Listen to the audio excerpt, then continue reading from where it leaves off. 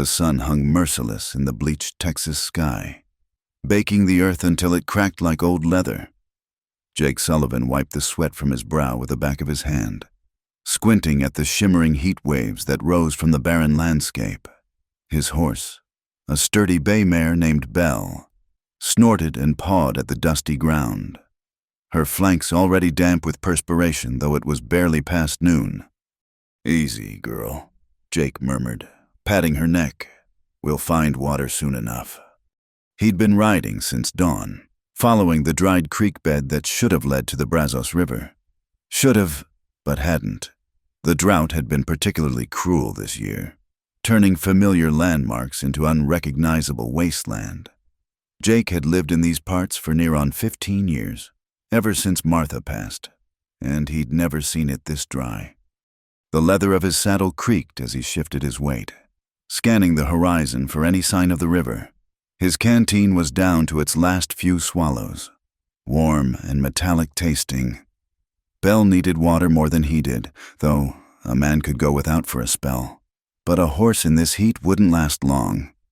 Jake had made this ride countless times, from his small ranch tucked away in the hills to the river and back. It was a solitary existence, just him and a small herd of cattle, but that's how he preferred it. People brought complications, brought pain. The land was honest in its harshness. It didn't pretend to be anything other than what it was. He reached into his vest pocket and pulled out a worn photograph, its edges soft from handling.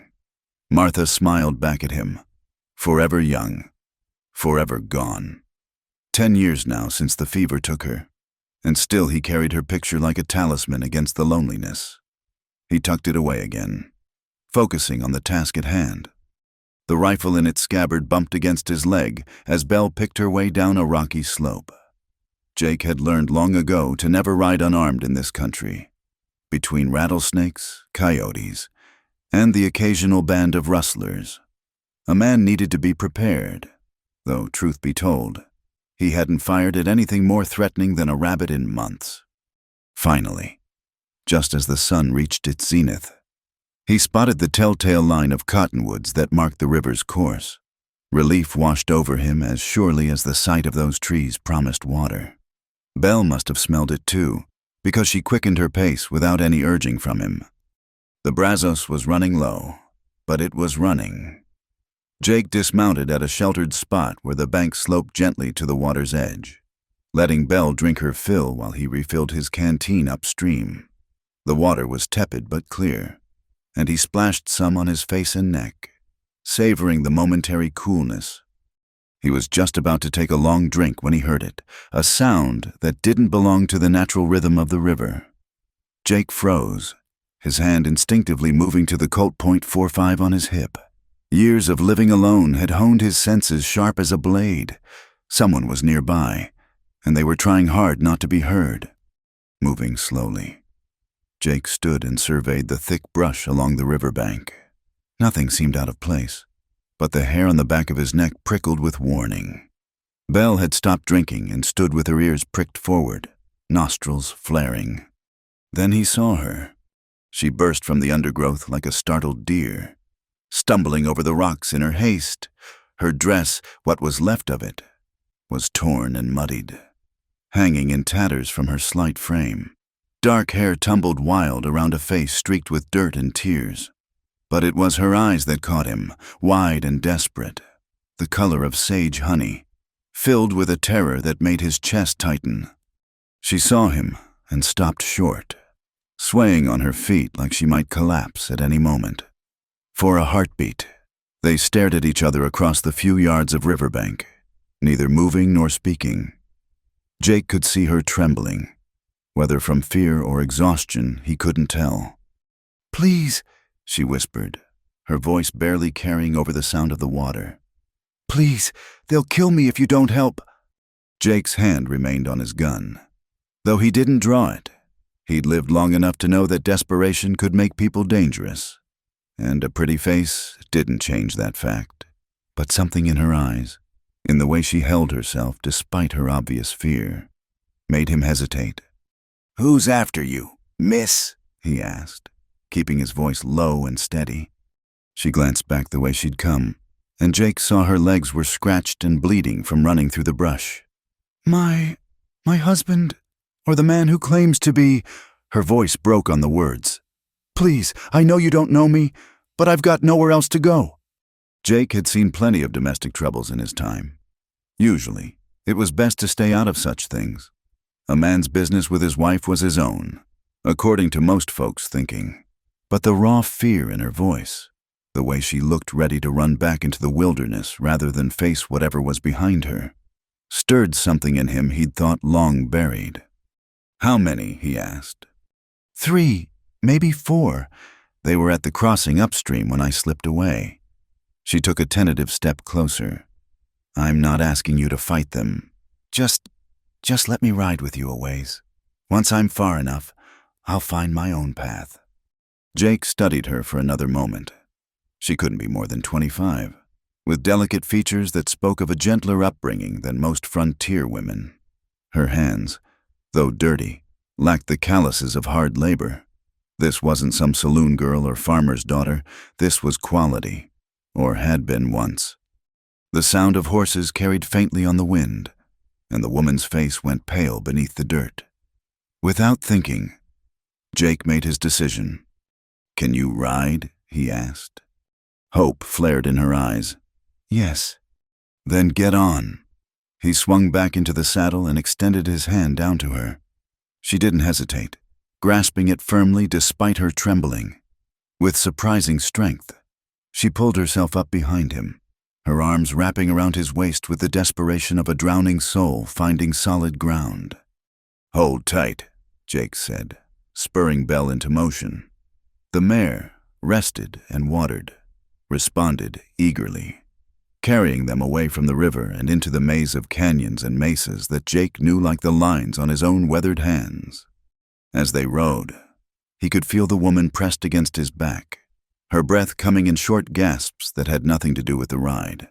Her hands clutched at his shirt like she was afraid he might disappear if she let go. Jake hadn't been this close to a woman since Martha, and the sensation was both foreign and oddly comforting.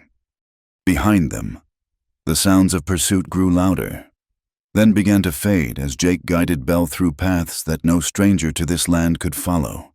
He knew every hidden trail, every box canyon, every secret waterhole in 50 miles. If these men wanted to follow, they'd have to earn it.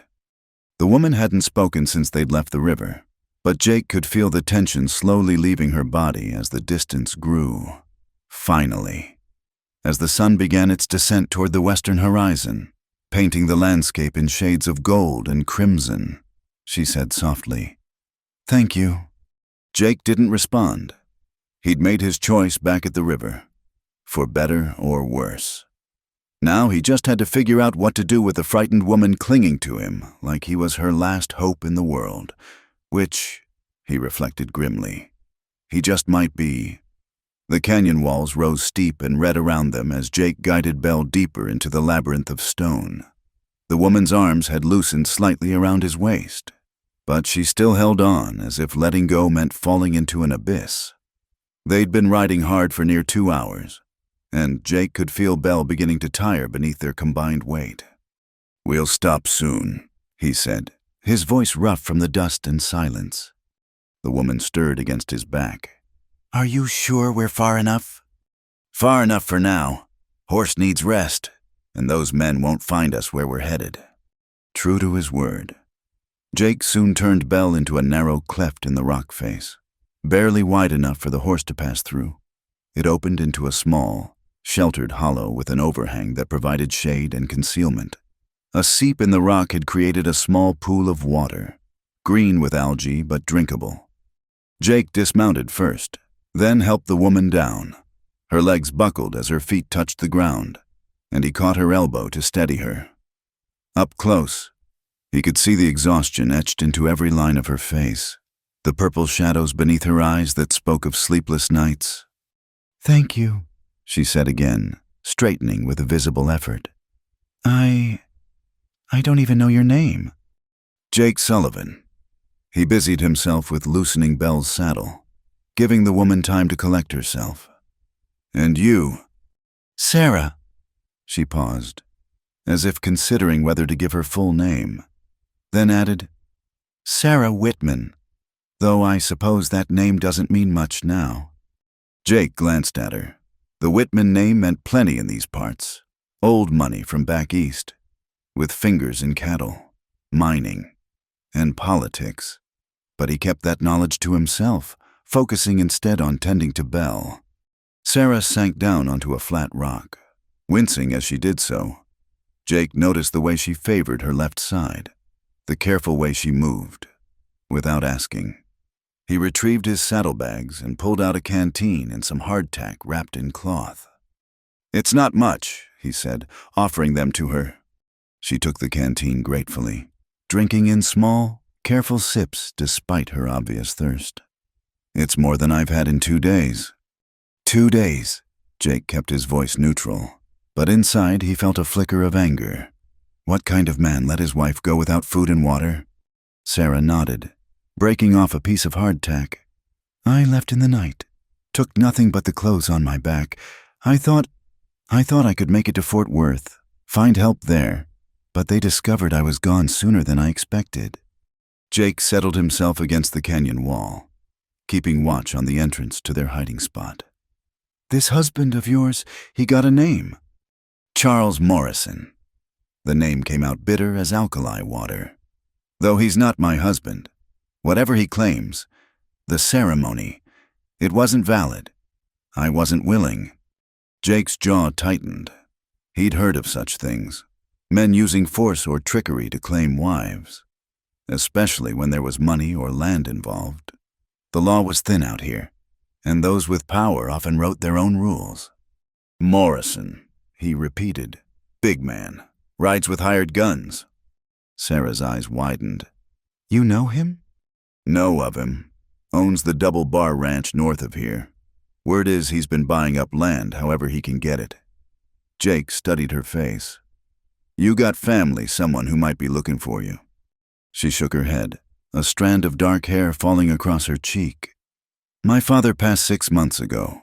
That's when Morrison started coming around. Said father owed him money. Showed papers I'd never seen before. When I refused his proposal, She trailed off, her hand going unconsciously to her side. Jake didn't need her to finish. The careful way she moved, the bruises he could see beginning to purple on her arms, they told the story clear enough. His hands clenched into fists, but he kept his voice steady. How'd you get away? There's a woman who cooks at the ranch, Maria. She helped me, told me about the old Apache trail that leads to the river. I waited until Morrison and most of his men rode out to deal with some dispute over water rights. Sarah's voice grew stronger as she spoke, as if telling the story gave her back some measure of control. I knew he'd come after me. A man like that. He doesn't like losing what he thinks he owns. And the law. Sarah's laugh was bitter. Morrison owns the law in these parts. The sheriff, the judge, they all dance to his tune. That's why I was trying to reach Fort Worth. There's a federal marshal there, or so Maria said. Someone who might listen. Jake considered this. Fort Worth was 3 days' ride under the best conditions. With Morrison's men hunting them, it might as well be on the moon. And even if they made it, there was no guarantee this federal marshal would take Sarah's word over Morrison's. They'll kill me if you don't help, Sarah said quietly, echoing her first desperate plea. I'm not being dramatic. Mr. Sullivan, Morrison made that very clear. He said if I ever tried to leave, he'd hunt me down like a rabid dog. Said no one would ask questions about a hysterical woman who met with an unfortunate accident. The matter-of-fact way she said it made Jake's blood run cold. He'd known men like Morrison, men who viewed others as possessions, who used violence as casually as most folks used words. Martha had been lucky to die of fever, he thought grimly. At least she'd been spared the cruelties that men could inflict. Why should I believe you? He asked. Not because he doubted her, but because he needed to hear her answer. Sarah met his gaze directly. You shouldn't. You don't know me. I'm just a stranger who's brought trouble to your doorstep, but you helped me anyway. She gestured to the hidden canyon around them. "You could have ridden on at the river, pretended you never saw me. Most men would have, but you didn't. Maybe I'm a fool. Maybe." A ghost of a smile touched her lips. "Or maybe you're just a decent man in a land that's running short on decency." Jake stood abruptly, uncomfortable with the turn of conversation. He wasn't a decent man. Decent men didn't let their wives die while they were off chasing cattle. Decent men didn't spend 10 years hiding from the world in a canyon. "We'll rest here tonight," he said. "Come morning, we'll figure out what to do." Sarah nodded, wrapping her arms around herself despite the lingering heat. "I have money," she said suddenly. "Or I will have, once I can get to a bank. My father left me." "I can pay you for your trouble." "Keep your money." The words came out harsher than Jake intended. "I'm not doing this for pay." "Then why—" Jake didn't answer. He couldn't explain the impulse that had made him reach down his hand to her at the river. The instinct that told him this woman needed help, and he was the only one in position to give it. Maybe it was her eyes, so like Martha's in their determination despite their fear. Maybe it was just that he was tired of being alone with his ghosts. "Get some rest," he said instead. "I'll keep watch." Sarah looked like she wanted to argue, but exhaustion won out. She curled up on the sandy ground near the rock wall, using her torn dress as a makeshift pillow. Within minutes, her breathing had evened out into sleep. Jake settled himself where he could see both the entrance to their hideaway and the sleeping woman. The sun was setting, painting the canyon walls in shades of blood and gold. Somewhere in the distance, a coyote howled, and its pack answered in a chorus that sent shivers down his spine. He thought about Morrison and his men, probably camped by the river now, planning their next move.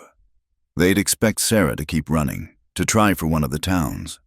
They wouldn't expect her to go to ground with a nobody rancher in the maze of canyons. That gave them some time, but not much. As darkness fell, Jake found himself watching Sarah sleep. Even in rest, she looked troubled, her brow furrowed and her hands clenched. Whatever Morrison had done to her, it had left marks deeper than the visible bruises. "I'll keep you safe," he found himself whispering to the night. "Don't know how yet, but I will." It was a fool's promise, made to a sleeping woman who couldn't hear it. But for the first time in 10 years, Jake Sullivan meant every word. The fire crackled low between them, casting dancing shadows on the canyon walls. Jake had risked the small blaze, knowing the smoke would dissipate in the night air before it could give away their position. Sarah sat across from him, having awakened from her fitful sleep as darkness deepened. She'd accepted his offer of coffee, bitter and black from his trail supplies, and now cradled the tin cup between her palms like it was fine china. "You should eat more," Jake said, gesturing to the remains of their meager supper, more hardtack, some jerked beef, and a can of peaches he'd been saving. "I'm fine." She took another sip of coffee, her eyes fixed on the flames. "This is more than I expected." They sat in silence for a while, the night sounds of the desert surrounding them. Jake found himself stealing glances at her in the firelight, cleaned up some with water from the seep. Sarah Whitman was what his mother would have called a handsome woman. Not beautiful in the painted doll way of saloon girls, but with strong features that spoke of character and intelligence. "Tell me about Morrison," Jake said finally. "Everything. If I'm going to help you, I need to know what we're up against." Sarah set down her cup, drawing her knees up to her chest. "Charles Morrison came to our ranch about a year ago. He was all charm at first, bringing gifts, talking business with my father. He was getting on in years, and the ranch wasn't doing well. Drought, cattle disease, debts piling up." She paused, gathering her thoughts. Jake waited, patient as he'd learned to be with spooked horses and wounded creatures. "Morrison offered to help, said he'd buy a partnership, bring in new stock, modernize our operation.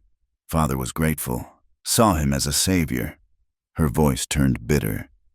We didn't know then that Morrison had engineered half our troubles, poisoned water holes, scattered our herds, even paid rustlers to hit us. He wanted our land. You see, we sit on the best water rights in 3 counties. Smart man, Jake said grimly. Evil, but smart. After Father died, sudden-like, the doctors said it was his heart. Morrison produced papers saying Father had promised him my hand in marriage as part of their deal. Security for the loan. He called it. Sarah's hands clenched in her lap. I'd never seen those papers before. Father would never. He wouldn't have done that to me. You think Morrison forged them? I know he did.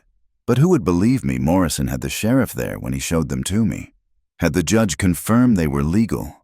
Said I could come willing or not, but either way, I was going to be his wife.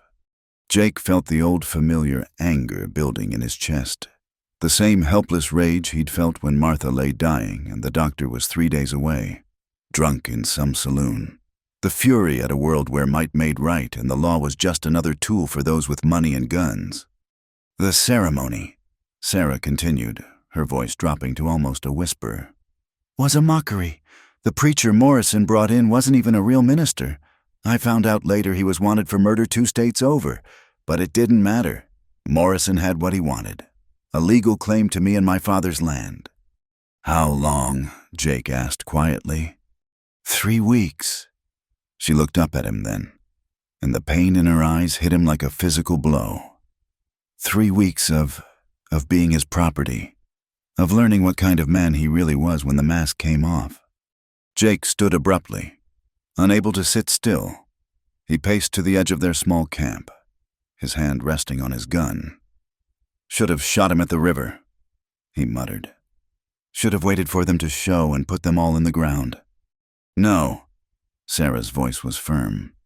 That would make you a murderer in the eyes of the law. Morrison's bought and paid for every badge for 50 miles. They'd hang you for it, and gladly. Might be worth it. Not to me. She stood too, moving to stand beside him. I won't have another death on my conscience. Too many people have already paid for Morrison's greed. Jake looked down at her, surprised by the steel in her voice. Who else? My father's foreman, Tom Brennan. He tried to stand up to Morrison's men when they first started pushing. They found him trampled by his own horse. They said, and Maria's son, Carlos, he was going to ride to Fort Worth, bring back real law. He disappeared on the road. They never found his body. The list of Morrison's crimes was growing longer and darker. Jake had known men like this in the war. Men who found they had a taste for power and blood and couldn't give it up when the fighting ended. They were like rabid wolves, and there was only one way to deal with rabid wolves.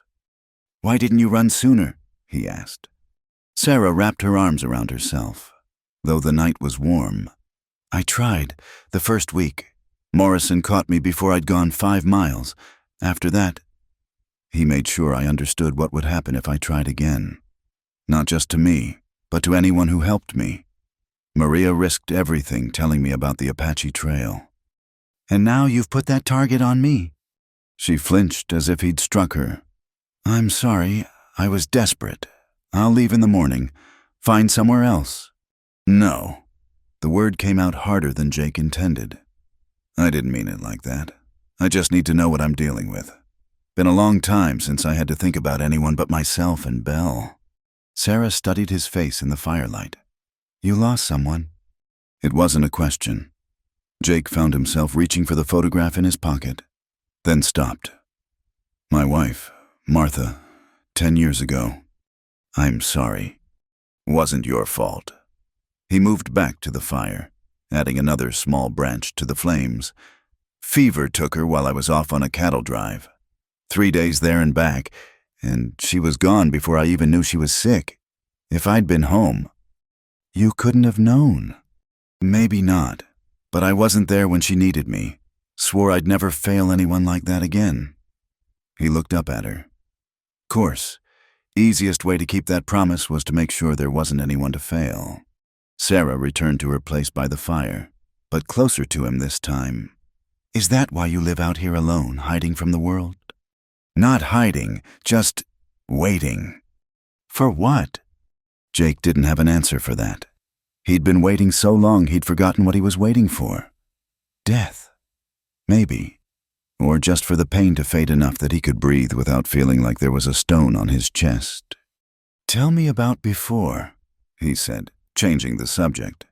Before Morrison. What was your life like?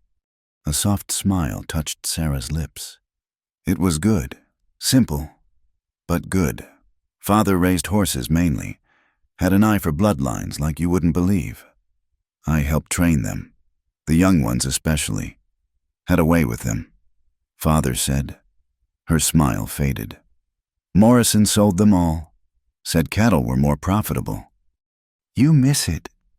Every day. There's something about working with horses, earning their trust, watching them go from wild to willing. It's like... She searched for words. Like watching fear turn into faith. Jake understood that. It was why he'd kept Belle all these years. Why he talked to her like she could answer back.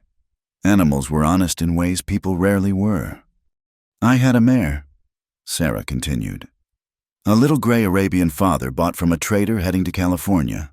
Stormy. I called her, on account of her coloring. Morrison shot her the day after the wedding. Said I wouldn't need her anymore. That ladies didn't go riding off alone. The casual cruelty of it made Jake's jaw clench. A man who'd kill a good horse just to make a point was capable of anything. We'll get you to Fort Worth, he said quietly. Find this federal marshal. Tell him everything. If he won't listen, we'll go higher. There's got to be someone Morrison hasn't bought. And if there isn't... Jake met her eyes across the fire. Then we'll find another way. But you're not going back to him. Not while I'm breathing. Sarah's eyes shimmered with unshed tears. Why are you doing this for a stranger? Jake thought about it. Really thought about it for the first time since he'd reached down his hand at the river. Maybe because I've been dead for 10 years, and you reminded me what it feels like to care about something. Maybe because I'm tired of letting the Charles Morrisons of this world write all the rules. Or maybe... He paused, then spoke the truth. Maybe because when you asked for help, you didn't beg. You just said what would happen if I didn't. That took courage. Or desperation. Sometimes they're the same thing. They sat in companionable silence as the fire burned lower. Jake found himself oddly content, despite the danger hanging over them. It had been so long since he'd had someone to talk to, really talk to, that he'd forgotten how it felt, like water after a long drought, painful and necessary all at once. We should sleep, he said finally. Want to be moving before dawn? Sarah nodded, but didn't move immediately. Jake, thank you, not just for helping me, but for treating me like a person.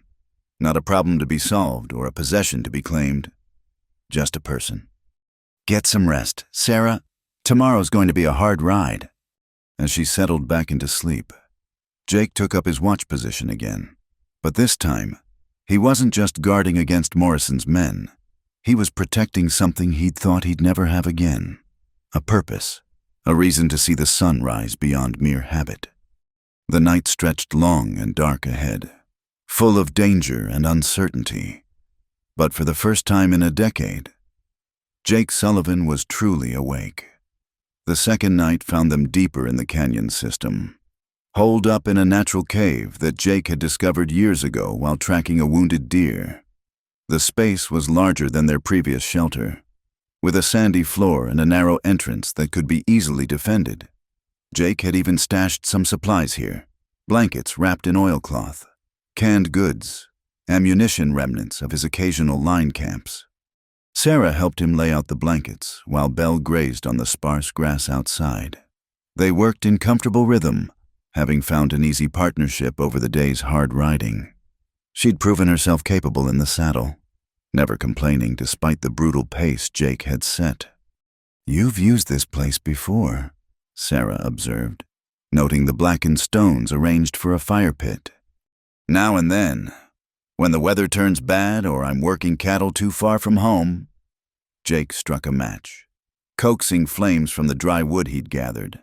Never brought anyone else here, though. Sarah paused in spreading out a blanket, looking at him with those sage honey eyes. I'm honored to be the first. Jake busied himself with the fire, uncomfortable with the warmth her words kindled in his chest. He'd noticed things throughout the day. The way she tucked that stubborn strand of hair behind her ear, how she bit her lower lip when concentrating, the gentle way she spoke to Belle during their brief rests. Dangerous things to notice about a woman who'd be gone from his life as soon as they reached Fort Worth. They prepared a better meal tonight with the cached supplies, beans and salt pork, even some dried apples Jake had forgotten about. Sarah had insisted on cooking, displaying a competence that surprised him. You handle yourself pretty well for a rancher's daughter who had servants, he commented, accepting the plate she handed him. Father believed in knowing how to do things yourself, said depending too much on others made you weak. Her smile was wistful. Besides, I spent more time with the hands than in the house. Mother despaired of ever making a proper lady of me before she passed. When was that? I was 12. Lung fever. After that, it was just Father and me. I think he gave up on trying to civilize me and just taught me what he knew instead.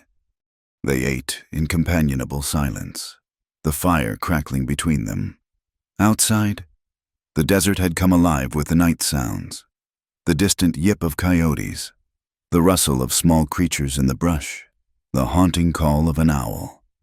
Jake found himself relaxing in a way he hadn't in years, his usual vigilance softening in the cave's shelter and Sarah's presence. Tell me about Martha, Sarah said softly. Jake's hand stilled halfway to his coffee cup. Not much to tell. You loved her. Yes. How did you meet? Jake set down his plate, staring into the fire. He rarely spoke of Martha, had trained himself not to think of her more than necessary. But something about the night, the cave, and Sarah's quiet attention made the words come easier. Her father ran the general store in Sweetwater. I was just a drover then, coming through with herds headed north. Went in to buy tobacco, and there she was, trying to reach something on a high shelf, standing on a crate that was about to tip. He smiled at the memory. I caught her when she fell. She laughed and said it was about time someone tall showed up. Love at first sight. First laugh, more like Martha had this way of finding joy in everything. Could make you smile on the worst day just by being near her. Jake picked up a stick, poking at the fire. Took me 6 months to work up the courage to court her proper. Her father didn't think much of a no-account cowboy sniffing around his daughter. But she chose you anyway. She did. Said she'd rather have 1 year with a man who made her laugh than 50 with one of the shopkeepers and clerks her father preferred. His voice roughened. We had 3 years. Sarah moved around the fire to sit beside him, not touching but close enough that he could feel her warmth. She sounds wonderful. She was too good for this hard country, too good for me. Jake tossed the stick into the flames. I should have taken her back east like she wanted. Said we'd go after I'd saved enough. Built up the ranch some. Always next year, always one more drive, one more deal. Then there was no next year. You couldn't have known. That's what everyone said. Doesn't make it easier to live with. He turned to look at her. You remind me of her some, not in looks. Martha was small and fair, like a bird, but you've got the same strength under the softness. The same way of seeing past what is to what could be. Sarah's breath caught slightly. Jake, I'm not trying to. He struggled for words. I know you've got your own troubles, your own life to get back to once this is over. I just wanted you to know why I couldn't ride away at the river. Because I reminded you of your wife. Because you reminded me that some things are worth fighting for. He met her eyes directly. I've been a ghost for 10 years. Sarah, going through the motions, waiting to die. Then you came crashing through those bushes, all fire and fear and fierce determination, and for the first time in a decade, I felt alive. Sarah's hand found his, her fingers intertwining with his work-roughened ones.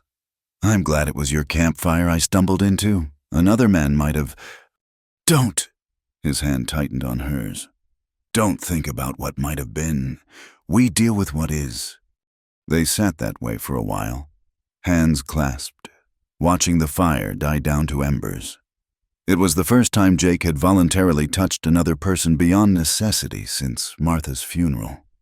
Sarah's hand was smaller than his, but strong, with calluses from rains and rope work. "I need to tell you something," Sarah said eventually, "about Morrison, about what these 3 weeks were like." Jake felt her hand tremble in his. "You don't have to." "I do. You need to understand what kind of man we're dealing with." She took a steadying breath. "The first night, after that mockery of a wedding, he made it clear that I was his property now, that my wishes didn't matter. When I fought him, She touched her ribs unconsciously. "He was careful. Never marked me where it would show. Said damaged goods reflected poorly on a man." Jake's free hand clenched into a fist, but he kept his voice gentle. "Sarah, he had rules, so many rules. How I should dress, speak, walk, who I could talk to, which was no one without his permission. Where I could go, nowhere beyond the house. When I could eat, sleep, breathe. It seemed like, and if I broke a rule, even ones I didn't know about. He hurt you. He broke me, or tried to." Her chin lifted. "But I learned to play along, to be the obedient wife he wanted. Let him think he'd won, all while looking for a way out." Maria saw through it. Bless her. She'd been watching Morrison for years, knew what he was capable of. She's the one who told me he'd had his first wife declared insane, had her locked away until she died. Consumption, they said, but Maria thinks otherwise. "Jesus!" Jake breathed. "He told me once, when he was drunk, that women were like horses. Beat them enough and they'd learn to obey. But beat them too much and they'd break useless. He prided himself on knowing just how much was enough." Her voice was steady, but tears tracked down her cheeks. 3 weeks. Jake, 3 weeks of that. I don't know how his first wife lasted 2 years. Jake turned to face her fully, using his free hand to wipe away her tears. "You survived. You got away. That took more courage than most people have in a lifetime." "I ran. That's not courage." "Running when fighting means dying isn't cowardice. It's smart. And you didn't just run. You made a plan, waited for your chance, took a risk that could have killed you. That's the kind of courage that matters." Sarah leaned into his touch, her eyes closing. "When I saw you at the river, I thought maybe God hadn't abandoned me after all. You look so solid, so real, like something Morrison couldn't buy or break." "I'm just a man, Sarah, a broken-down rancher with more past than future." She opened her eyes, and the look in them made his breath catch. "No, you're the first person in months to look at me and see a person instead of a possession. Do you know what that means to me?" The space between them had shrunk to nothing. Jake could feel her breath on his face, see the pulse beating in her throat. It would be so easy to close that distance, to taste those lips that had haunted him all day. But she was vulnerable, running on fear and gratitude, and he'd be damned if he'd take advantage of that. Instead, he pressed his forehead to hers, a gesture of comfort that Martha used to love. "You're safe with me, Sarah. I promise you that. Morrison won't touch you again." She made a small sound, halfway between a sob and a laugh. "I believe you. God help me. I believe you." They stayed that way for a long moment, sharing breath and warmth and something deeper than words. Then Jake pulled back, though it cost him. "We should sleep. Tomorrow we'll reach the trading post at Willow Springs. Might be able to get news there. Maybe pick up supplies." Sarah nodded, not trusting her voice. They prepared for sleep, laying out bedrolls on opposite sides of the dying fire. But Jake noticed she placed hers closer than the night before, within arm's reach if trouble came. As Jake settled in for his watch, Sarah spoke once more from her blankets. "Jake, what you said about feeling alive again, you did the same for me. In that river. I wasn't just running from death anymore. I was running toward life. Toward you." Jake stared up at the cave ceiling, listening to her breathing deepen into sleep. Outside, Belle snorted and stamped, and somewhere in the distance, a screech owl called to its mate. The night was full of dangers. Morrison's men, rattlesnakes, 100 other ways to die in this unforgiving land. But inside the cave, wrapped in blankets and newfound purpose, 2 broken souls had found something worth the risk. Not love, it was too soon. Too complicated for that.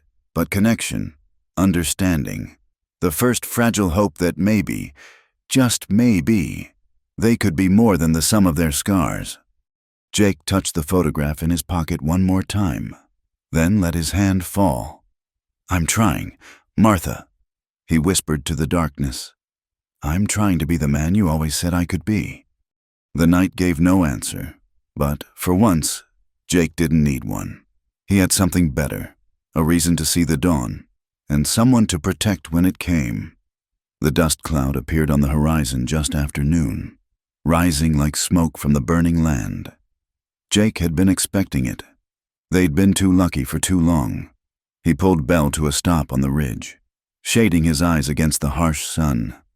"How many?" Sarah asked, her voice steady despite the fear he knew she must be feeling.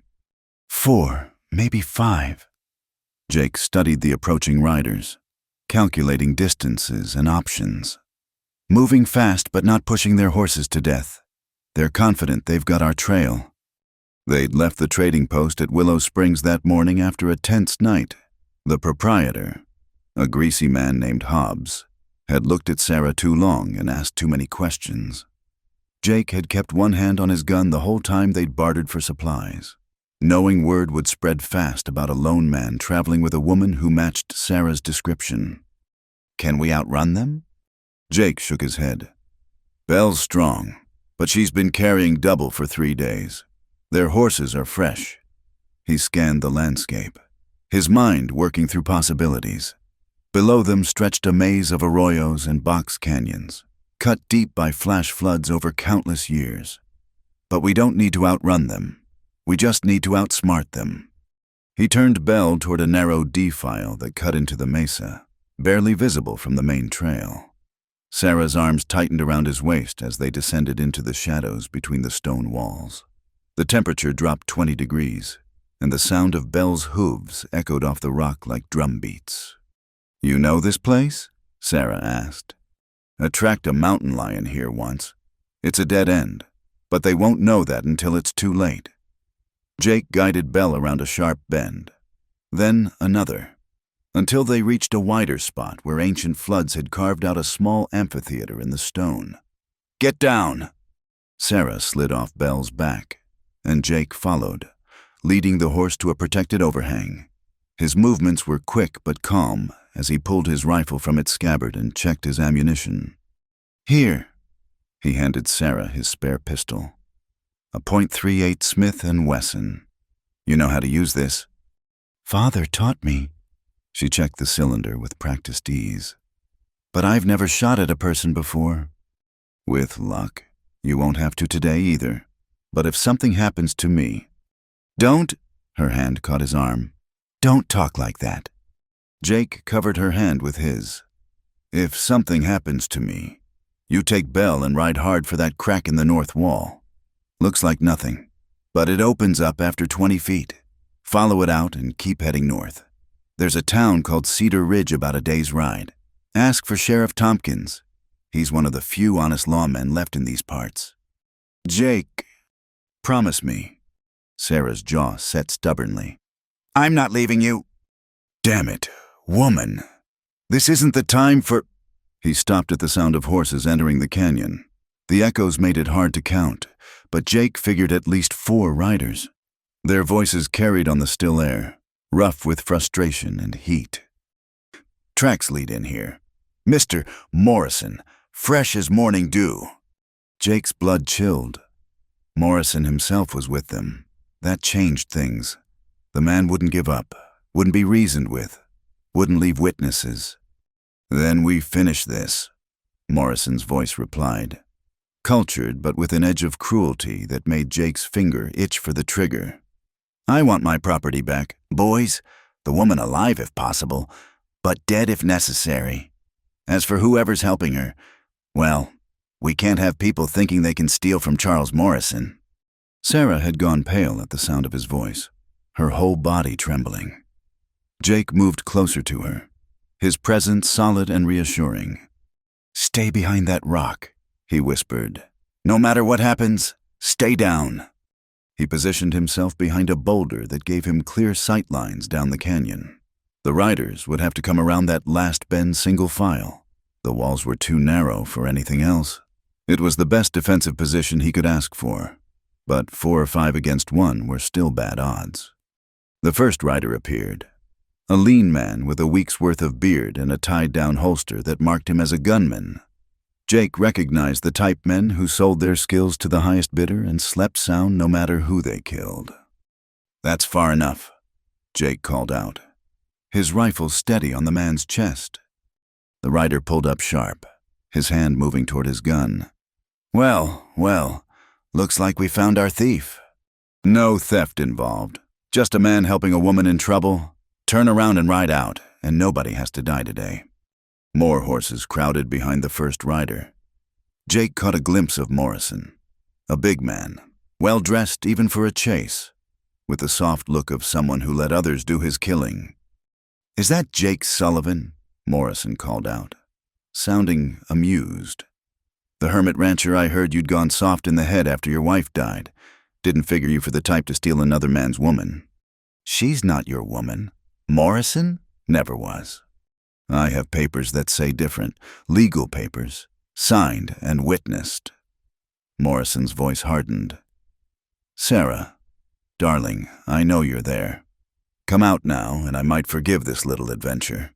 Make me dig you out, and things will go badly for everyone." Jake heard Sarah chamber around in the pistol. Good girl, he thought. Show them you're not helpless. "I believe the lady's made her choice clear," Jake said. "Now back off before—" The gunman went for his weapon. Jake had been expecting it, was already squeezing the trigger as the man's hand touched iron. The rifle cracked, echoing off the canyon walls like thunder. The gunman toppled backward off his horse, clutching his shoulder. All hell broke loose. The other riders scattered, diving for cover as Jake levered another round. Gunfire erupted from multiple directions, bullets whining off the rocks around him.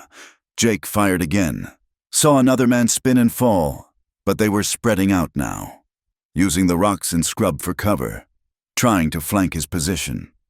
"Morrison," one of the men called. "Get back, get to cover."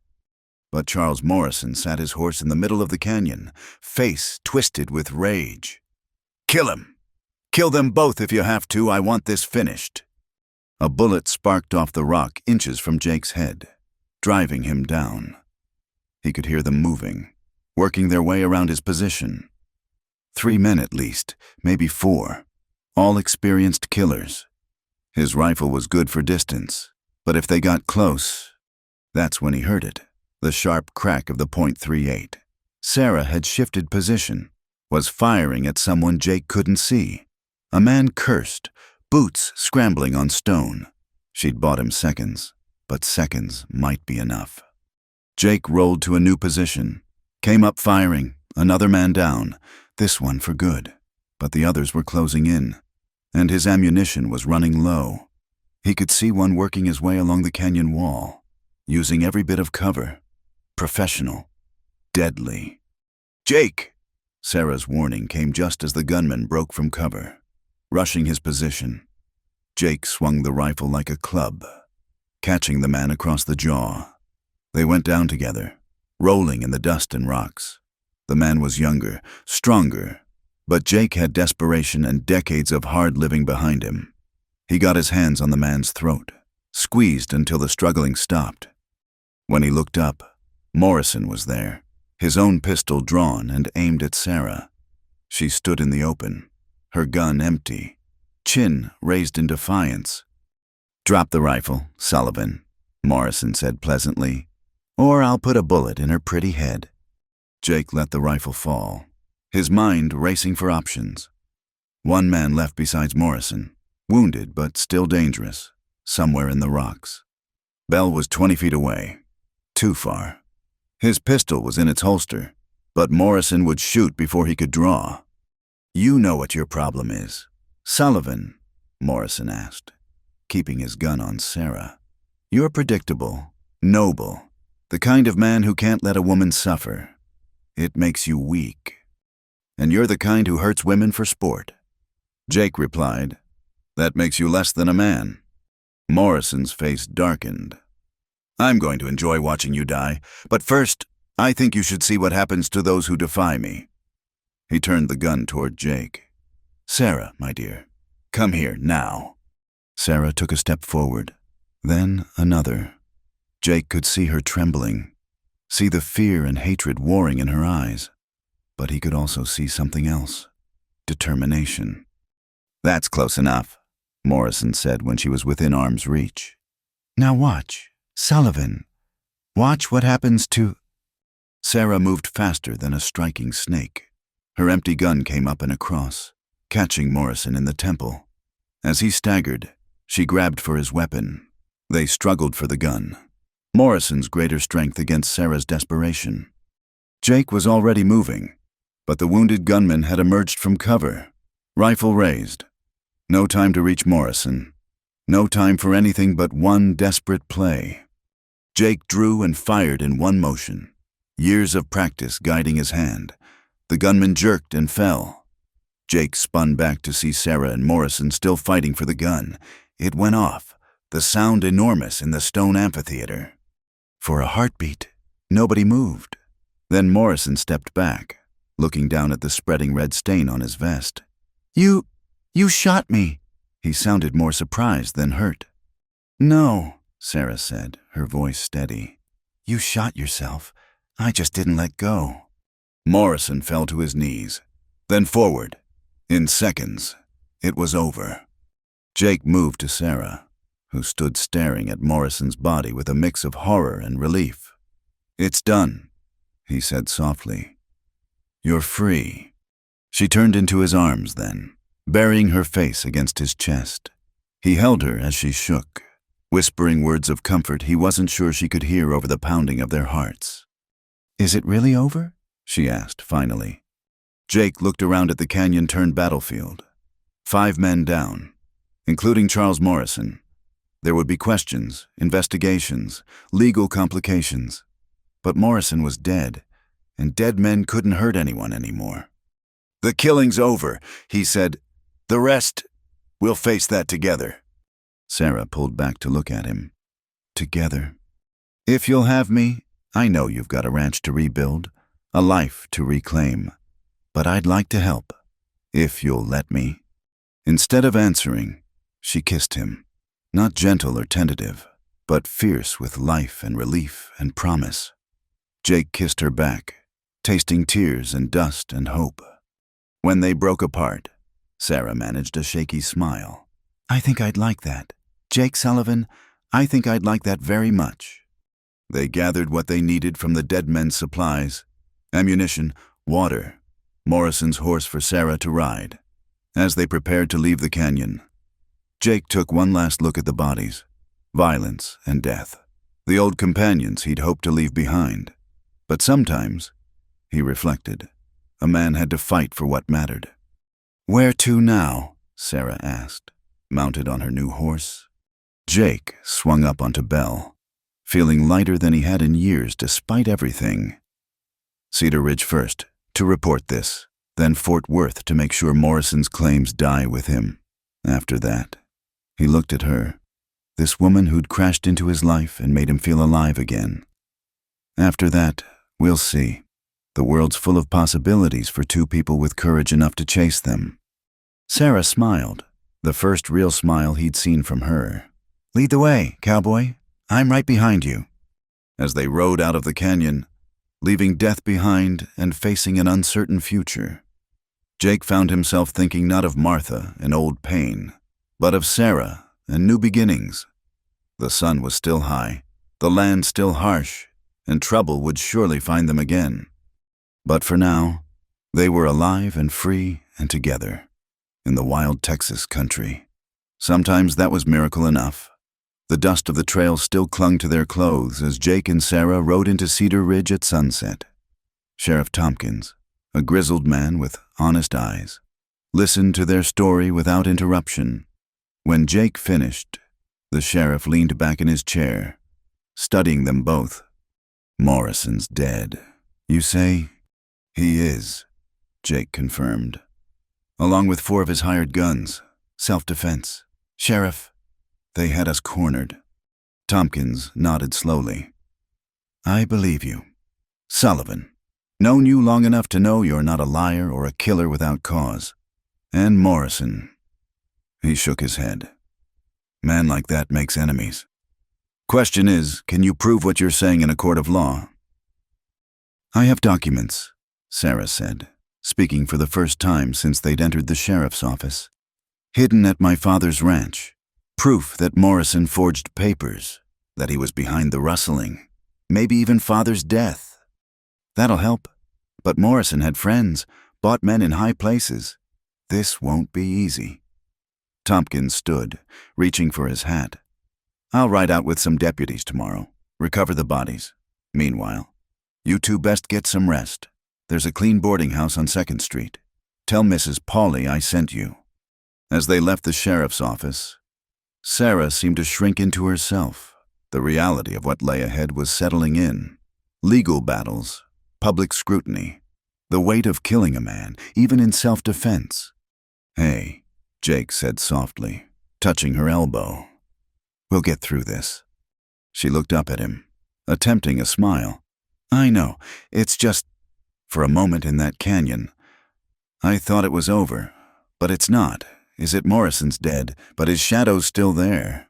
"Shadows fade," Jake said. "Give it time." Mrs.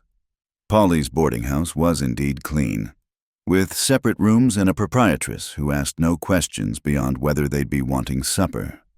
Jake paid for 2 nights, figuring they'd need at least that long to sort things out with the sheriff.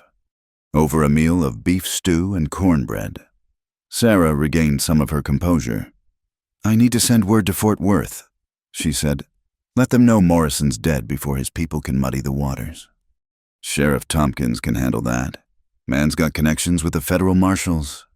Sarah pushed her food around her plate. "What about you? Your ranch? You've been gone days now. Don't you need to get back?" Jake had been trying not to think about that. His small herd would be scattered by now, his cabin standing empty.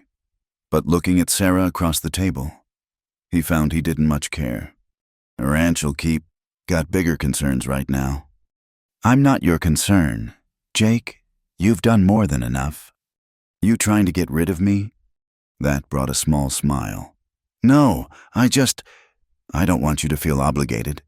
What happened in the canyon, the heat of the moment." Jake reached across the table, covering her hand with his. "I've been living in the heat of the moment for 3 days now, and I'm thinking clearer than I have in years. I'm here because I want to be. Sarah, because when this is all over, I'd like to see what comes next, if you'll have me." Her fingers intertwined with his. "I'd like that too, but there's so much to sort out. The ranch, the legal matters, Morrison's holdings that he stole from others. One thing at a time. Tomorrow we'll go with the sheriff, make our statements official. After that, we'll see about getting you home." That night, Jake lay in his narrow bed, staring at the ceiling and thinking about the turn his life had taken. 4 days ago, he'd been a ghost haunting his own existence. Now he had purpose again, someone to protect, maybe even a future to build. A soft knock at his door interrupted his thoughts. He opened it to find Sarah in her borrowed nightgown and shawl, looking vulnerable and determined in equal measure. "I couldn't sleep," she said. "Keep seeing Morrison's face, feeling the gun in my hands." Jake stepped aside, letting her in. She moved to the window. looking out at the darkened street. "Do you think I'm damned now for killing him?" "No." Jake joined her at the window. "You defended yourself against a man who would have destroyed you. If there's any justice in this world or the next, Morrison's the one facing judgment, not you." "I'm glad he's dead," she whispered. "Does that make me a bad person?" "Makes you human. Man hurt you, threatened you, killed people you cared about. Being glad he can't hurt anyone else isn't wrong." Sarah turned from the window, looking up at him in the dim light. "I don't want to be alone tonight." Jake's heart stuttered. "Sarah, not like that. I need to know I'm not alone. That when I close my eyes, someone will be there when I open them again." Understanding washed over him. He'd had his own nights like that after Martha died, when the darkness seemed too vast to face alone. He took her hand, led her to the bed. "Come on, then." They lay down fully clothed on top of the covers. Sarah curled against his side with her head on his shoulder. Jake wrapped an arm around her, feeling the tension slowly leave her body. "Tell me about your ranch," she murmured. "What's it like?" Jake smiled into the darkness. "Small. Just a cabin in a barn. Good water, grazing land for maybe 100 head if I pushed it. Got a view of the mountains that take your breath away at sunset. Quiet, except for the wind and the cattle. Sounds peaceful." "Lonely," he corrected. "But yeah, peaceful too. Maybe it doesn't have to be lonely anymore." Jake's arm tightened around her.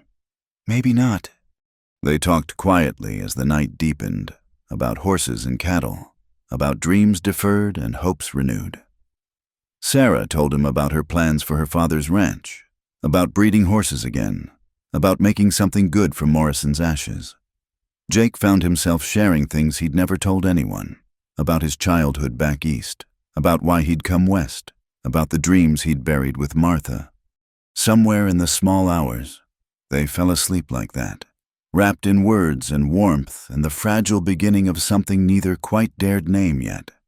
Jake woke at dawn to find Sarah still sleeping, her face peaceful in the early light. Carefully, so as not to wake her, he brushed a strand of hair from her cheek. The simple domesticity of the moment hit him like a physical blow. How long since he'd woken to another's presence? How long since he'd felt this protective tenderness? Sarah's eyes fluttered open, focusing on his face. For a moment she looked confused. Then memory returned, and she smiled. "Good morning." "Morning. How'd you sleep?" "Better than I have in months. Thank you, Jake, for everything." Before he could respond, she leaned up and kissed him softly. A gentle press of lips that promised more than passion. It promised partnership, patience, all the time they needed to heal and grow. A knock at the door interrupted them. "Mr. Sullivan." "Mrs." Polly's voice called. "Sheriff Tompkins is here to see you." The real world came rushing back. Jake helped Sarah to her feet, both of them trying to smooth their rumpled clothes into respectability. "Ready?" he asked. Sarah squared her shoulders. "Ready?" They went down together to face whatever came next.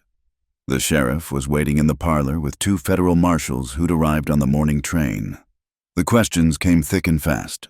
Details about Morrison, about the fight, about Sarah's claims of coercion and forgery. Through it all, Jake stayed close to Sarah, a steady presence as she recounted her ordeal. When her voice faltered describing Morrison's treatment, Jake's hand found hers. When the marshals pressed for details that made her pale, he intervened with quiet authority. By noon, the statements were given, the paperwork filed.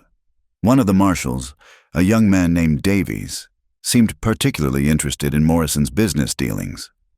"We've been watching Morrison for months," he admitted. "Suspected him of claim jumping, intimidation, possibly murder. But he was too smart, too connected. Your testimony, Miss Whitman, along with any documents you can provide, will help us unravel his whole operation." "What about his men?" Sarah asked. "The ones who weren't in that canyon. Being rounded up as we speak, without Morrison's protection and money, Most are turning on each other, trying to save their own skins. Davies smiled grimly.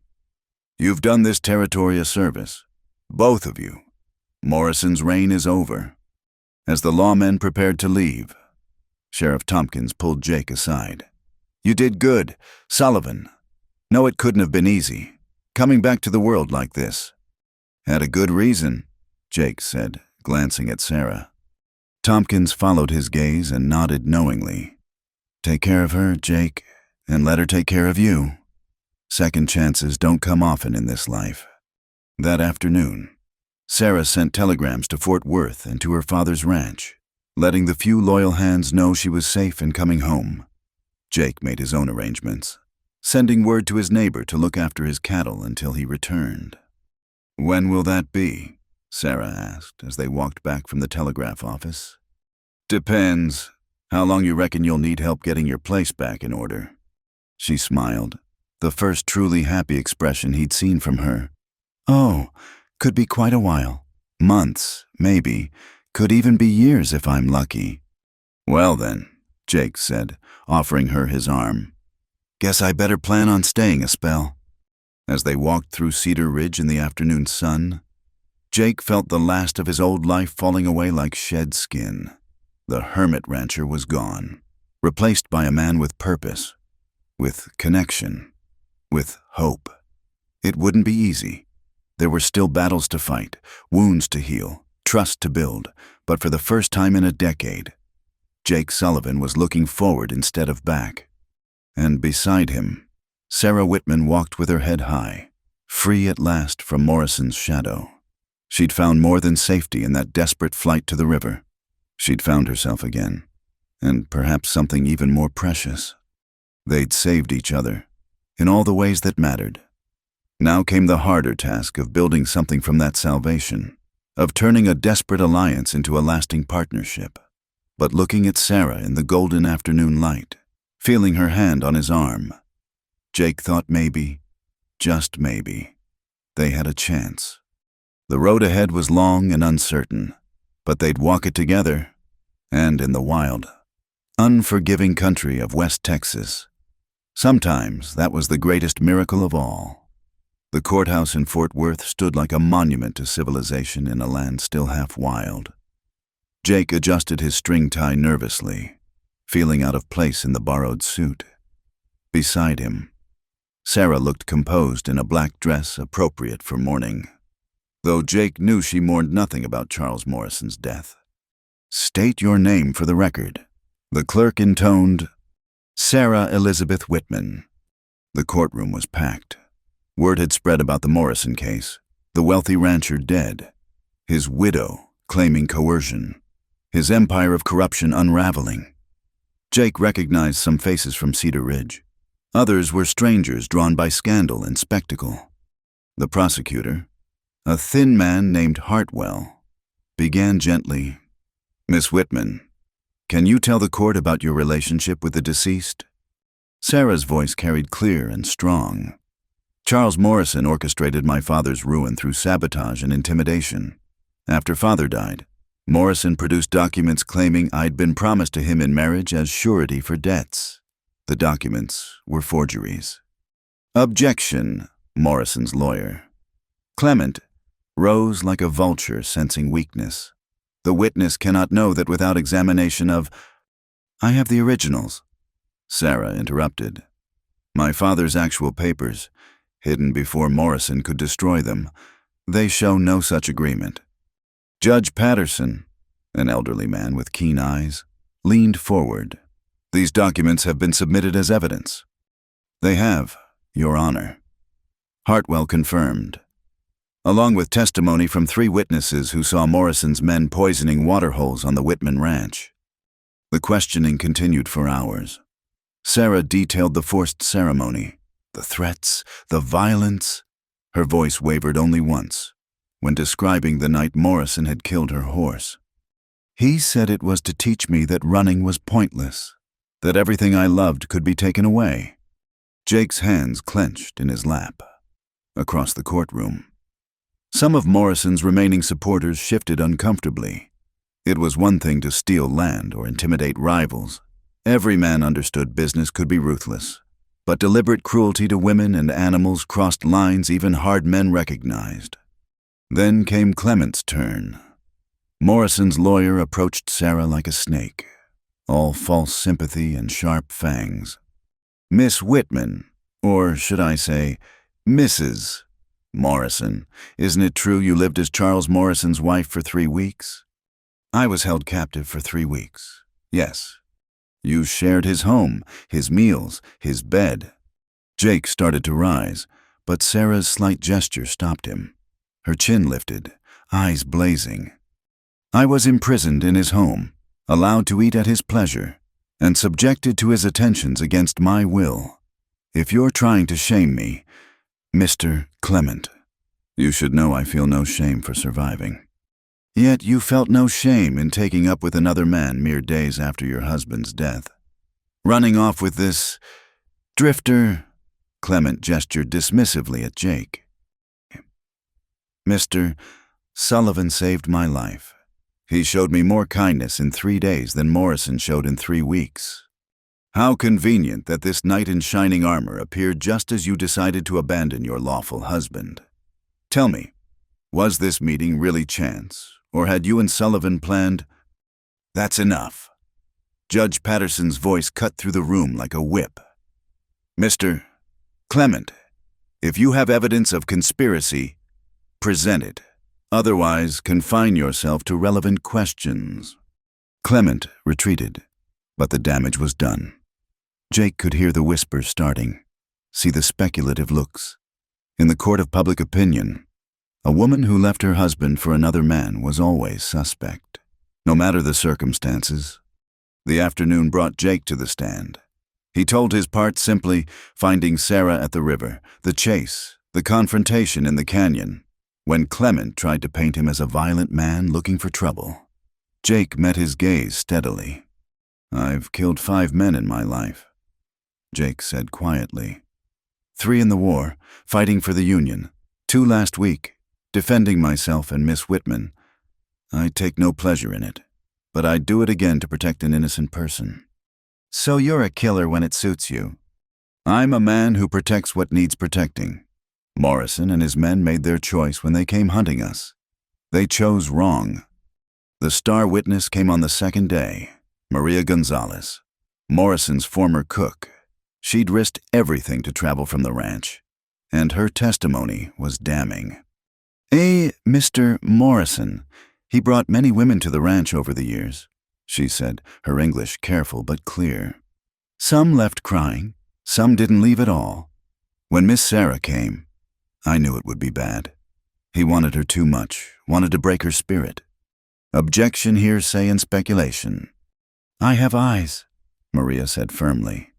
I saw the bruises, I heard the crying. I helped her escape because I couldn't watch another woman disappear. Disappear, Hartwell prompted. His first wife.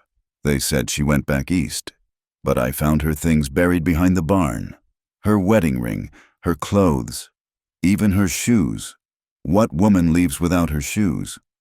The courtroom erupted. Judge Patterson hammered for order while Clement shouted objections. Through it all, Sarah sat straight-backed and dry-eyed, vindicated at last. The tide turned after Maria's testimony. More witnesses came forward, ranch hands who'd seen too much, businessmen Morrison had ruined, even a deputy who'd been ordered to look the other way. The portrait that emerged was of a man who'd used wealth and violence to build a kingdom of fear. On the 3rd day, Clement made his last desperate play. Your Honor, regardless of Charles Morrison's business practices, the fact remains that he and Sarah Whitman were legally married. Her property became his upon marriage. She had no right to flee with it, and certainly no right to conspire in his death. I didn't conspire in anything, Sarah said from her seat, unable to stay silent. I ran for my life. Judge Patterson raised a hand for silence. Mr. Clement raises a point of law that must be addressed. However, he shuffled through papers. I have here a certificate of ordination for one Josiah Mills. the man who performed the Morrison-Whitman ceremony. Mr. Mills, it seems, was defrocked for fraud 3 years ago and is currently wanted in Kansas for murder. Any ceremony he performed has no legal standing. Jake felt Sarah sag with relief beside him. The marriage that had haunted her was nothing but paper and lies, as invalid as Morrison's other schemes. But Clement wasn't finished. Even so, Your Honor, there's the matter of Mr. Sullivan's violence. 5 men dead. In self-defense. Judge Patterson interrupted. Sheriff Tompkins' report is quite clear. Morrison and his men pursued Miss Whitman with violent intent. Mr. Sullivan's actions, while regrettable, were justified. The judge's gavel came down with finality. This court finds no criminal wrongdoing on the part of Miss Whitman or Mr. Sullivan in the death of Charles Morrison. Furthermore, all claims against the Whitman estate are dismissed. An investigation into Morrison's other activities will continue. The courtroom erupted again, this time with a mix of celebration and outrage. Morrison still had supporters, men who'd profited from his schemes or feared what his downfall meant for them. Jake kept himself between Sarah and the crowd as they made their way out, his hand ready on his gun. Outside, in the harsh afternoon sun, Sarah stopped and breathed deep. "It's over. It's really over." The legal part, anyway. Jake agreed. "You've still got a ranch to rebuild, Morrison's mess to untangle." She turned to him, eyes bright. "We have a ranch to rebuild. Unless you've changed your mind." Jake pulled her close, not caring who saw. "Not a chance, though I might need to head back to my place soon. Gather my cattle. Close things up proper." "I'll come with you." "Sarah, you don't need to." "I want to see it. This place that sheltered you for so long. And..." She smiled. "I want to see that sunset view you talked about." As they walked toward their horses, Marshal Davies approached. "Miss Whitman, Mr. Sullivan, wanted to thank you again. Morrison's records are leading us to a whole network of corruption. You've done more good than you know." "Just wanted to be free," Sarah said simply. "Sometimes that's the most revolutionary act of all," Davies replied. He tipped his hat. "If you ever need anything, the federal marshal's office won't forget what you've done." That evening, in the hotel dining room, Jake and Sarah allowed themselves a moment to celebrate.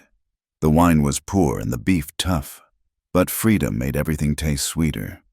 "What now?" Jake asked, watching Sarah's face in the lamplight. "Now we go home. Both homes, yours first, then mine." She reached across the table for his hand.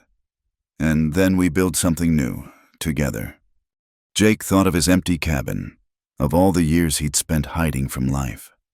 Then he looked at Sarah, brave, broken, healing, and knew those days were done. Together, he agreed. A commotion in the street interrupted them. Through the window, Jake saw a group of riders, hard-faced men who'd once worked for Morrison. They were watching the hotel, and their intentions didn't look peaceful. "Trouble's not quite done with us," Jake said quietly. Sarah followed his gaze, her face hardening. "Then we'll face it, like we've faced everything else." Jake smiled, fierce and proud. This woman who'd stumbled into his life had steel in her spine and fire in her heart. Whatever came next, they'd handle it. "Yes, ma'am, we will." As the riders dispersed, clearly deciding against whatever mischief they'd planned, Jake and Sarah finished their meal in companionable silence. Tomorrow would bring new challenges, the long ride to his ranch, the work of merging 2 lives, the ongoing threat from Morrison's remaining allies. But tonight, they were free and together and alive. In the wild lands of Texas, that was victory enough. The waiter brought coffee, strong and bitter.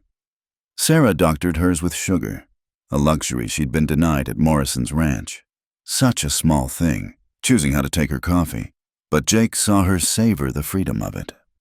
"Penny for your thoughts," he said. She smiled. Just thinking how strange life is. A week ago, I was sure I'd die in that house. Now I'm planning a future I never dared dream of. Life turns on a dime out here. The trick is being ready when it does. Were you ready when I came crashing through those bushes? Jake considered. No, but maybe that's what I needed. 10 years of being ready for nothing but more of the same. You woke me up. Sarah reminded me that life's for living, not just enduring. She squeezed his hand. We saved each other, then... Outside, the Texas night was falling, vast and full of stars.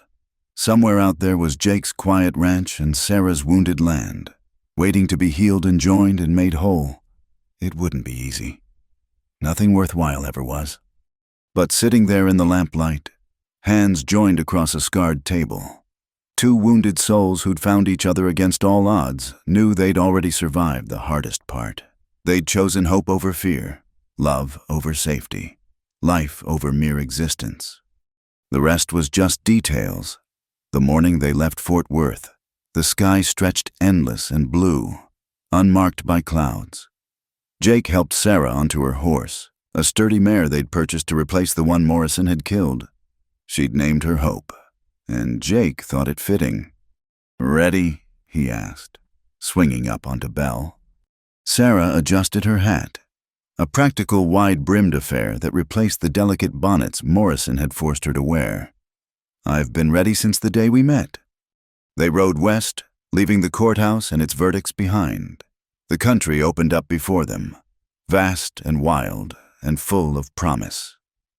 Jake had made this journey countless times, but never with such anticipation. He was bringing someone home, not to his empty cabin, but to what it could become. 3 days later, they crested the final ridge. Jake's ranch spread below them in the afternoon light, small but neat, nestled in a valley with good water and grass. The cabin looked lonely against the landscape, but sturdy, built to last. It's perfect, Sarah breathed. It's rough, Jake corrected. No proper kitchen garden, no flowers, nothing soft about it. It's honest, like you. She turned in her saddle to smile at him. We'll add the softness together. They spent a week at Jake's place, gathering his small herd, packing what he wanted to keep. Sarah threw herself into the work with enthusiasm, learning the rhythms of his life, making small improvements that somehow made the cabin feel more like home than it had in years. On their last evening, they sat on the porch watching the sunset paint the mountains crimson and gold. Sarah leaned against Jake's shoulder, content in the silence. No regrets, Jake asked. Only that it took so long to find you. I wasn't worth finding before. Jake said honestly. Took you to wake me up, make me someone worth knowing again. Sarah sat up to look at him. You were always worth knowing, Jake Sullivan. You just forgot for a while. As the stars came out, they talked about the future. Sarah's ranch was larger, better situated for the horse breeding operation she wanted to rebuild. Jake's cattle would strengthen her herd, and his knowledge of the land would help heal what Morrison had damaged. Equal partners, Sarah insisted. Your name on the deed alongside mine. Sarah, I'm not after your land. I know that, but I'm not building a future with someone who thinks he's just hired help. Partners, Jake, in everything. The next morning, they loaded the wagon and began the journey to Sarah's ranch. Jake looked back once at his cabin, but felt no sorrow. He wasn't leaving home, he was following it. The Whitman Ranch, when they reached it, showed the scars of Morrison's ownership. Fences were down, several buildings had been burned, and the remaining hands looked beaten down by months of harsh treatment. But Maria was there, tears streaming down her face as she embraced Sarah. Mia, you came back, and you brought him.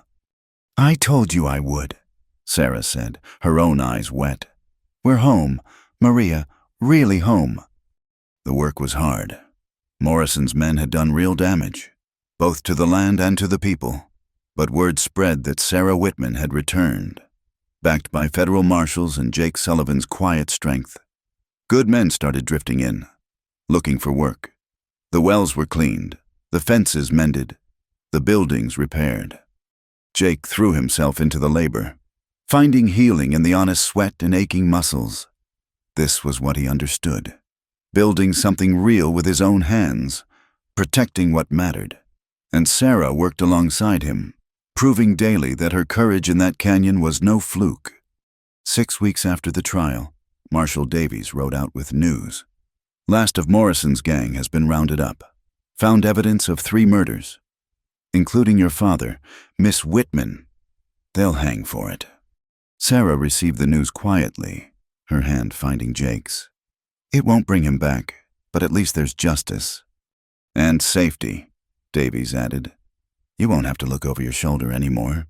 That evening, as they walked among the horses Sarah had started gathering, good bloodstock from ranchers glad to see Morrison's monopoly broken, she suddenly stopped. Marry me, she said. Jake nearly tripped over his own feet. What? Marry me. For real this time. With a real preacher and real witnesses and our real names on real documents. She faced him, chin raised in that way he'd come to love. Unless you need more time. Jake silenced her with a kiss, pouring all his answer into the connection between them. When they broke apart, both breathing hard, he rested his forehead against hers. Sarah Whitman, I've been waiting to marry you since you kissed me in that courthouse. Just didn't want to rush you. Rush me, she laughed, the sound bright as morning. Jake Sullivan, I've been living on borrowed time since I was born. I'm done waiting for life to happen. I want to grab it with both hands and hold on tight. They were married 2 weeks later in the ranch's main room, with Maria crying happy tears and Sheriff Tompkins standing as witness. Sarah wore her mother's wedding dress, altered to fit, and Jake wore his one good suit. The preacher verified legitimate this time, spoke words about love forged in hardship and faith found in darkness. When Jake kissed his bride, the assembled hands and neighbors cheered loud enough to spook the horses, but Sarah just laughed against his lips, her arms tight around his neck, anchoring him to this moment, this choice, this life. The reception was simple but joyful barbecued beef, Maria's special beans, cake from the German baker in town, and fiddle music that had couples dancing until midnight. Jake, who hadn't danced since Martha, found himself spinning Sarah around the floor, her face bright with happiness. No regrets, she asked, echoing his question from weeks before. Only that I can't dance better. You're doing fine. You're doing everything fine. As the evening wound down, they slipped away to the house Sarah's father had built, now theirs together, in the quiet of their room. Sarah turned to him, suddenly shy. I know this isn't your first wedding night, she said. And after Morrison, I want this. Want you, but... Hey, Jake cupped her face gently. We've got all the time in the world. Tonight, next week, next year. Whenever you're ready, I'm not going anywhere. Sarah's eyes filled with tears. How did I get so lucky? My luck had nothing to do with it. You were brave enough to run, strong enough to fight, wise enough to trust. You saved yourself. Sarah, I just helped a little. We saved each other, she corrected, and kissed him with all the promise of their new beginning. Later, as they lay entwined in the big bed, Sarah traced patterns on Jake's chest. What are you thinking? That Martha would have liked you. Jake said honestly. She always said I needed someone to shake me out of my stubborn ways. Someone with fire and backbone and dreams bigger than mine. You still miss her. Part of me always will, but it doesn't hurt like it used to. She's a good memory now, not a ghost. He tilted Sarah's chin up. You did that. Helped me let go of the guilt, find peace with the past. And you gave me a future when I thought I had none. Sarah smiled. We make a good team. Jake Sullivan. The best, Sarah Sullivan. The sound of her new name made them both grin like fools. Outside, a wolf howled in the distance, and its pack answered. but inside the solid walls of their home, surrounded by love and warmth and possibility, the wild night held no fears. They'd started as strangers at a river, desperate and broken and alone. They'd become allies in flight, partners in battle, and now, something more, a family, a future, a love story written in courage and carved from hope. Morrison was dead, his empire scattered to the winds. The scars he'd left would take time to heal, on the land and in their hearts.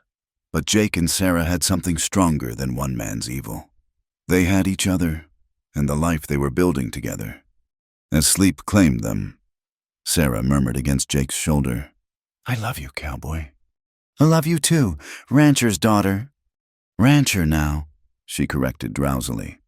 "Partners, remember? Partners." Jake agreed, and held her close as the Texas night wrapped around their home. In the morning, there would be work, horses to train, cattle to tend, a ranch to run, a life to build. There would be challenges and setbacks, drought and storm, the 1,000 natural shocks that frontier life was heir to. But there would also be laughter and love, children eventually, and the deep satisfaction of creating something lasting in a land that challenged the weak and rewarded the strong. They'd face it all together, bound by choice and strengthened by trials, survived. The cowboy who'd ridden to the river for water had found so much more: redemption, purpose, and a love worth fighting for. And the woman who'd whispered her desperate plea had discovered that sometimes, when you're brave enough to ask for help, you receive more than rescue. You find home. Their story would be told in years to come, around campfires and kitchen tables, growing in the telling as all good stories do. But for Jake and Sarah Sullivan, lying safe in each other's arms while the wild land slept around them, the only story that mattered was the one they were writing together, day by day, choice by choice, from this moment forward into whatever tomorrow would bring. Thank you for listening to this story from the Wild West. If you enjoyed this tale of courage, love, and redemption in the untamed frontier, we'd love to hear from you. Please comment below and let us know where in the world you're listening from. It's amazing to connect with fellow Western story enthusiasts across the globe. Don't forget to subscribe to our channel From Wild West for more authentic tales of the American frontier, and share your thoughts about Jake and Sarah's journey. What part of their story touched you the most? We'd love to hear your perspective.